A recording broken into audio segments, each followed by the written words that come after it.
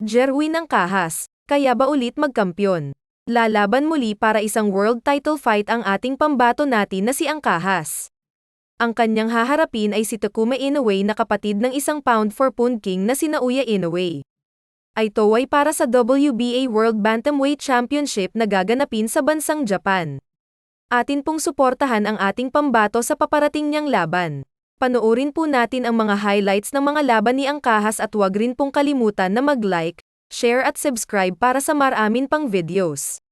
Maraming salamat He po. wants to prove that he deserves to be mentioned among the elite at 150 pounds.